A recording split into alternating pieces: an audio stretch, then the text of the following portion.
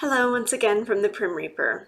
I'm taking a bit of a detour from the misuse of the word sexism series, which is in itself a detour from something else, but with how busy I am, things come up quickly. What can I say?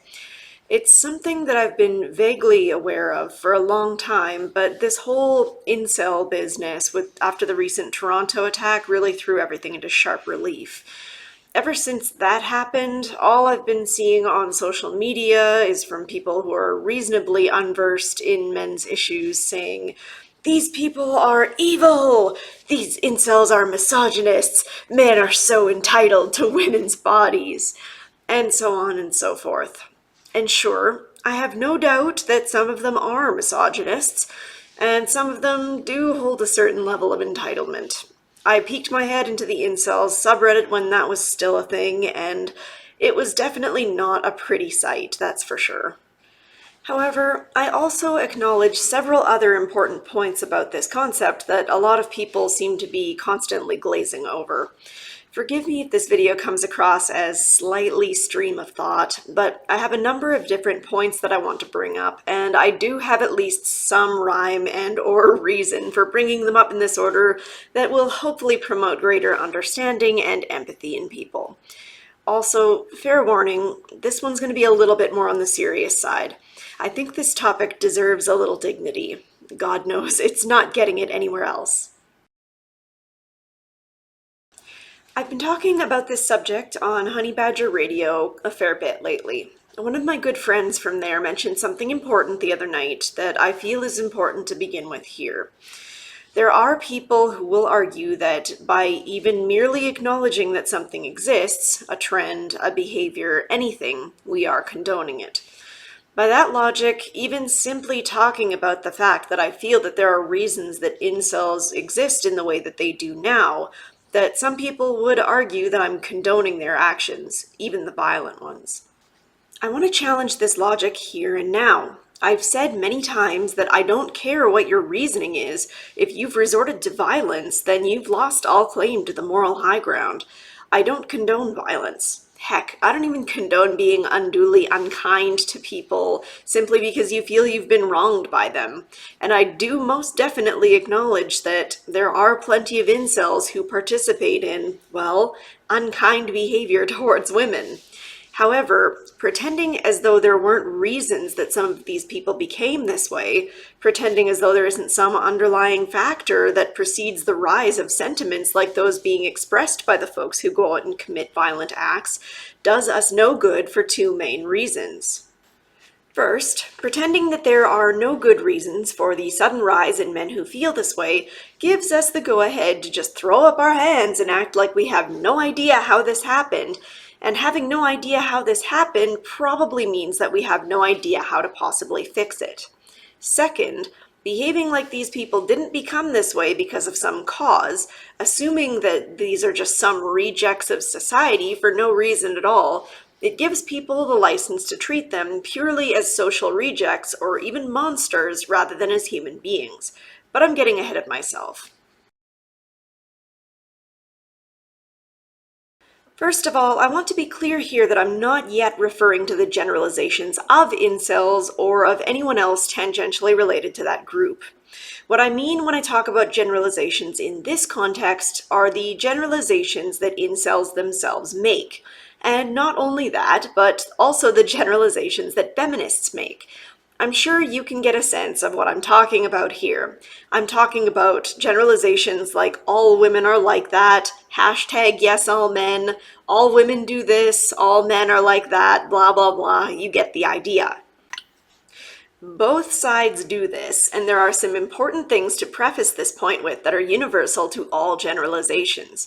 They are cognitive shortcuts based on stereotypes that usually have some direct or indirect link to real-world experiences that are meant to facilitate general discussion around the focus of said generalizations.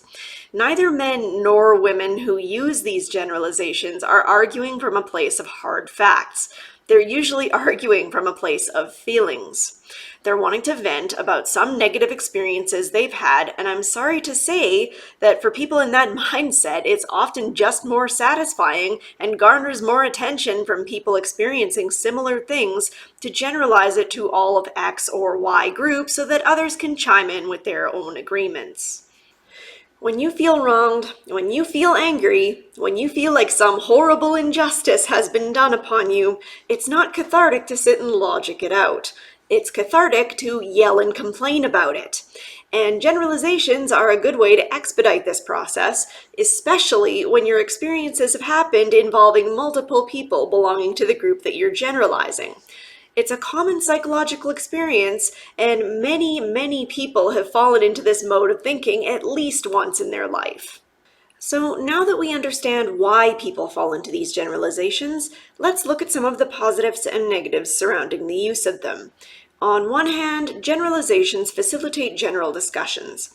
They allow people to vent their frustrations quickly, and most mentally healthy people realize that when they're making generalizations, they're not actually representing all of X or Y group. In fact, most people who will talk in generalizations on the internet behind a relatively anonymous username will behave very differently in real life.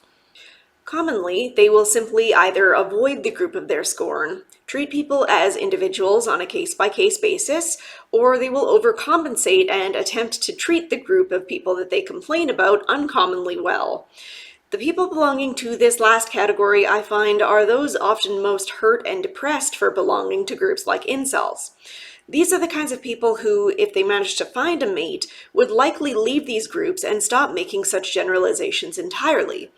Either way, using generalizations helps people to find others who have gone through similar things, which allows people to feel more understood and less alone. So there are some positive things that can come out of it.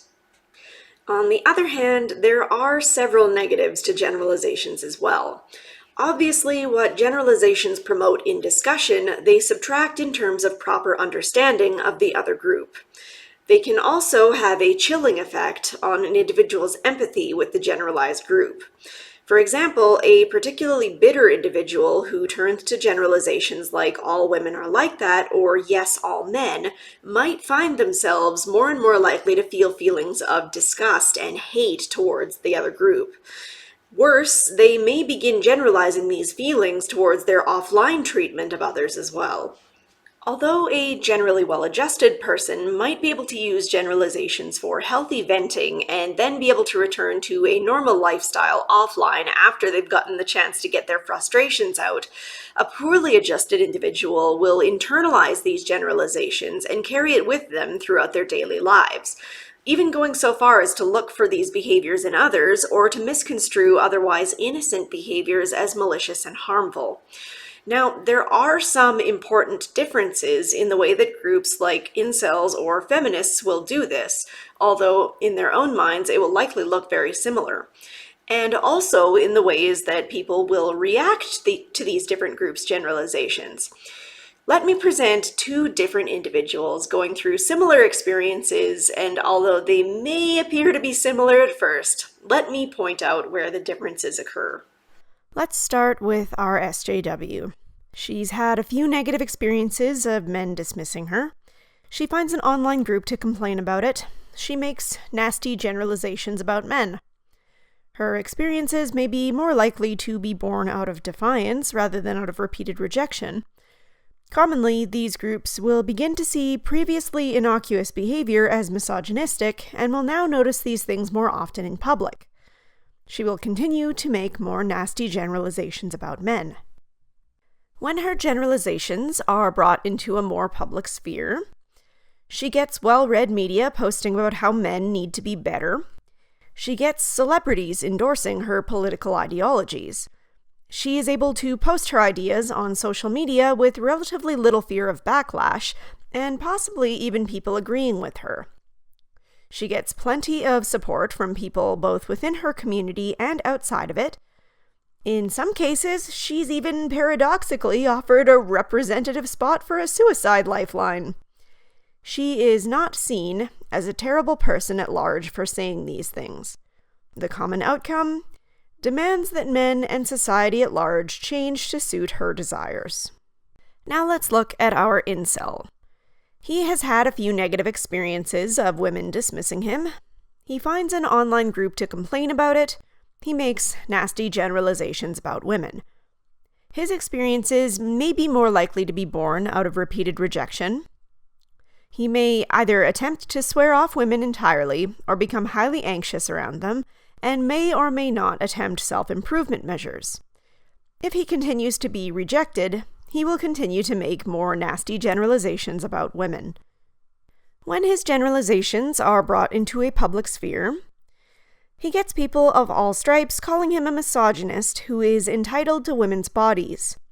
He gets blasted on all forms of media, belittling him and calling him a neckbeard loser who probably lives in his mother's basement. He dare not post his complaints on social media, or else risk losing a lot of friends and possibly even his job. He even has some people saying that people like him shouldn't be allowed to have jobs, because nothing solves being a lifelong virgin quite like unemployability and crippling financial insecurity. He is seen as a failure at life, and is often seen as fair game for people to make fun of him. Will find relatively little support from anyone. The common outcome: depression, suicide, and rarely violent behavior towards others. I don't want to sound like I'm an apologist for men making generalizations about women here.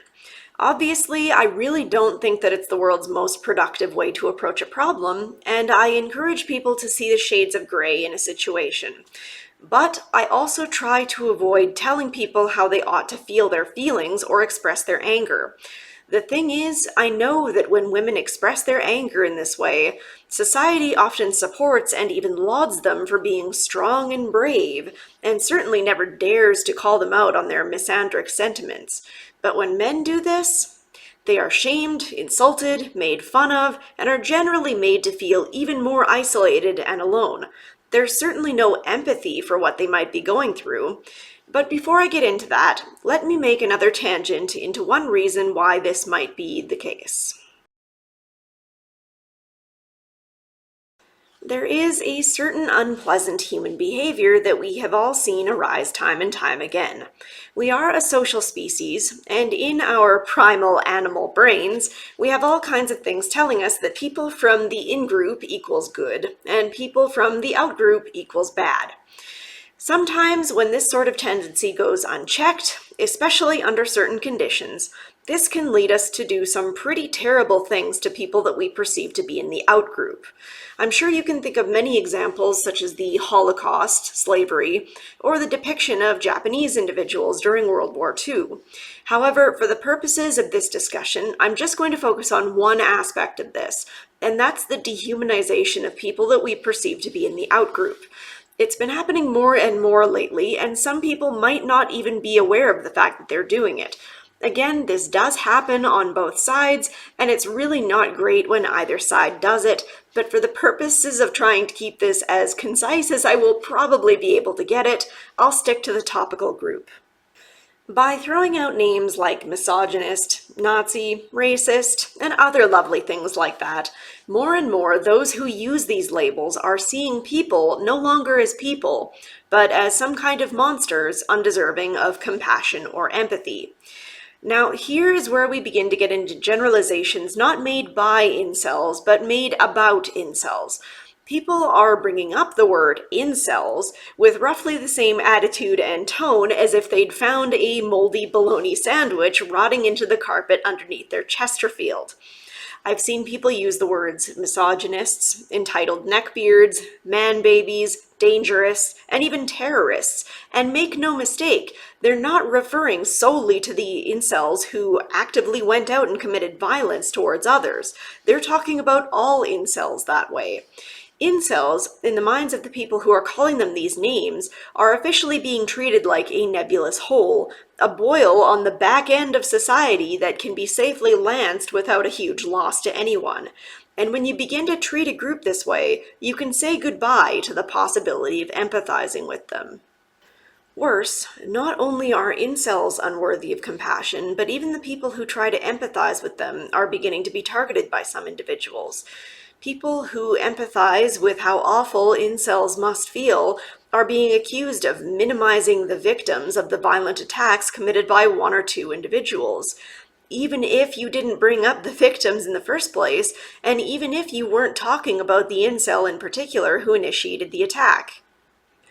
Furthermore, groups that people think are related that often entirely aren't, see my video on the conflation of men's groups, are also being targeted in the wave of hate, groups like MRAs, MGTOWs, and PUAs. Because the common denominator in these groups is men, people are using this as an additional push to spread the idea of toxic masculinity and how it's turning people into monsters. And because monsters don't qualify as human, well, we can say just about anything we want about them, can't we? It's not like it has feelings. Let's dial it back a bit because this last section has been kind of depressing. Here's a thought experiment. For those of you watching this video right now who are not incels, I want you to picture yourself, however old you are right now, wherever you are, whatever you do for work, or whatever your family situation is like, and I want you to wipe it all away. Imagine yourself instead as a small child again. Let's just say a boy for simplicity's sake. Imagine that you grew up receiving all the same messages as every other child did from the media and from adults, that the primary goal in life is to get married and have a family and to live happily ever after. Now, imagine yourself growing up in a home that perhaps did not have the most loving of parents, perhaps maybe even emotionally or physically abusive. Imagine that you didn't get the best nutrition growing up, so you might be a little bit behind in terms of development. You might be a little awkward or short or funny looking or maybe a little chubbier due to your parents primarily cooking nothing but fish sticks and macaroni and cheese, and while everyone else is blossoming into adulthood, you're stuck a year or two behind. People decide that this makes you an easy target for bullying, so forget high school romances. You're lucky if you can get through a day without getting tripped in the hallways. This kind of treatment makes it tough for you to do well in school, so you graduate with a C average with no career or post-secondary prospects. This only gets worse when your parents decide, you're 18, time to get out of the house. So with no money for career training, you settle for a measly packing job in the back of a warehouse somewhere with very little human interaction. You wouldn't know the first thing about trying to get into a social group, let alone a date, and it's all you can do to afford to keep a roof over your head and maybe treat yourself with the occasional video game so that you have something of entertainment to do with your time. Maybe you tried to gather your courage once and approach a woman and ask her for a date, and she gave you a creeped out look and got up and left. Given that your only experience with women prior to that was that one time in high school when that girl pretended to ask you out on a dare, you don't know anything about dating women, and after this experience you'd rather not risk what little pride that you have left to bother trying again. Now imagine how lonely you must feel after all of this, and then add another 10 to 15 years on top of it. Can you not imagine what that must feel like? That's something that really bothers me, actually. That the people who most frequently criticize incels have never had to deal with this. Many of them haven't been without human contact or intimacy for a month, let alone a decade. Can you not imagine how different you would feel if you'd been without human contact for this long in your life? If you can successfully imagine yourself in that position, then congratulations, somehow you just managed to empathize, even if just for a minute, with an incel. Now, let's imagine two paths for this person. Path 1. This person, understandably quite lonely, reaches out to an online community. I feel like I've been lied to my whole life. I'll never have a real relationship with a woman. I'm an ugly troll of a man. I don't even know what the point is of remaining alive, he says. Miraculously, he gets a positive response. He gets people providing advice or support, saying, I used to be in your shoes. Here's what I did to change my situation. Or, I'm sorry that you're going through this. I know what that must feel like. Or even simply, thanks for reaching out. A simple show of appreciation, of connection, of genuine goodwill. Perhaps he befriends a few people from this online community and learns that a few of them aren't even all that far away. He meets up with some individuals, and while, sure, he might still be a little socially awkward at first, he has a reasonably good time and he feels a bit better about his situation. I don't want to paint some picturesque fairy tale ending for this fellow and say that he winds up meeting a girlfriend from this community and lives happily ever after, because it doesn't always work out that way. But regardless, there's no denying that this person is in a better place now after having been shown some genuine support and caring. Now, let's see what a different path might have looked like. Let's say that when this person reached out to the online community, he wasn't responded to with positive and affirming comments. Instead, he was belittled, mocked, and called names. Someone said, "Yeah, whatever, loser, go back to our incels." He decides, "Hey, why not? If the incels subreddit is full of people like me, maybe I should go check it out." He goes there, and he posts the same thing that he posted before, and this time he finds what you might call support, except that it's a very different kind of support. Let's just say that it's the kind of support that comes with, I'm not going to deny it, a lot of naughty language directed primarily towards women. Initially, he might say, "You're being too harsh." But then he might remember that his mom was abusive to him, and all the girls in high school were unkind to him, and that one woman that he tried to ask on a date that one time was needlessly harsh, and that the women he just encountered that told him to go to this subreddit were also pretty dismissive of his feelings. So he begins to think, maybe women are terrible people. I've seen many examples of it, and not many examples to the contrary. And being stuck in this social circle, he's not likely to be provided with many examples to the contrary either. And when the subreddit where he's actually managed to find some measure of human contact is deleted because hate speech, he's going to perceive this as being the fault of women even further. Not only are they not content with him merely being alone his entire life, they're insistent on pushing him ever further into the margins of society. Not only that, but since one of the crazier members of their group decided that he was going to take out his rage using a truck in a crowd of people, he's now being branded as belonging to a terrorist group. People are saying that he shouldn't even be allowed to work at his job anymore. The thought about, "I don't even know why I'm here anymore," echoes more strongly in his mind than ever. Remembering that incels are human beings, and human beings that have often been through a great deal of pain and suffering and struggle with a lack of appreciation in human contact, no less, reminds us that they are deserving of compassion and empathy. Perhaps if more of them were shown this level of compassion, if the default response was not to more and more commonly dismiss them and call them entitled, or call them other nasty names, or to suggest that everything is 100% their fault, fewer of them would turn to echo chamber groups where anger becomes amplified and much more common. We don't have to coddle bad behavior, and we don't have to pretend that all incels are innocent victims of their circumstances who have never done anything wrong. That's not what this is about at all. What this is about is realizing that responding to people who are hurting with dismissal and derision is rarely the path to positive change. We don't have to accept hateful generalizations from people, but responding to hate with more hate is not going to accomplish anything but more hate. And as a side note, this is why I try to respond to feminist hatred with cool-headed logic rather than hatred as well, though it doesn't really matter because they like to call me hateful or self-hating anyway. Whatever, man, I try. Instead, I think that we should try to build bridges. Try to be understanding of where other people might be coming from. I think if we can manage to do this, we might be able to make things seem a little less hopeless for even a few people. We might not be able to change everyone's mind, but if even one person takes the first path that I mentioned earlier rather than the second path, then I think that we've accomplished something positive. And maybe if we can do it for one person, then we might be able to do it for a few more, and so on. Isn't that a much more optimistic goal than to pretend these people aren't human and to say that they don't deserve our compassion?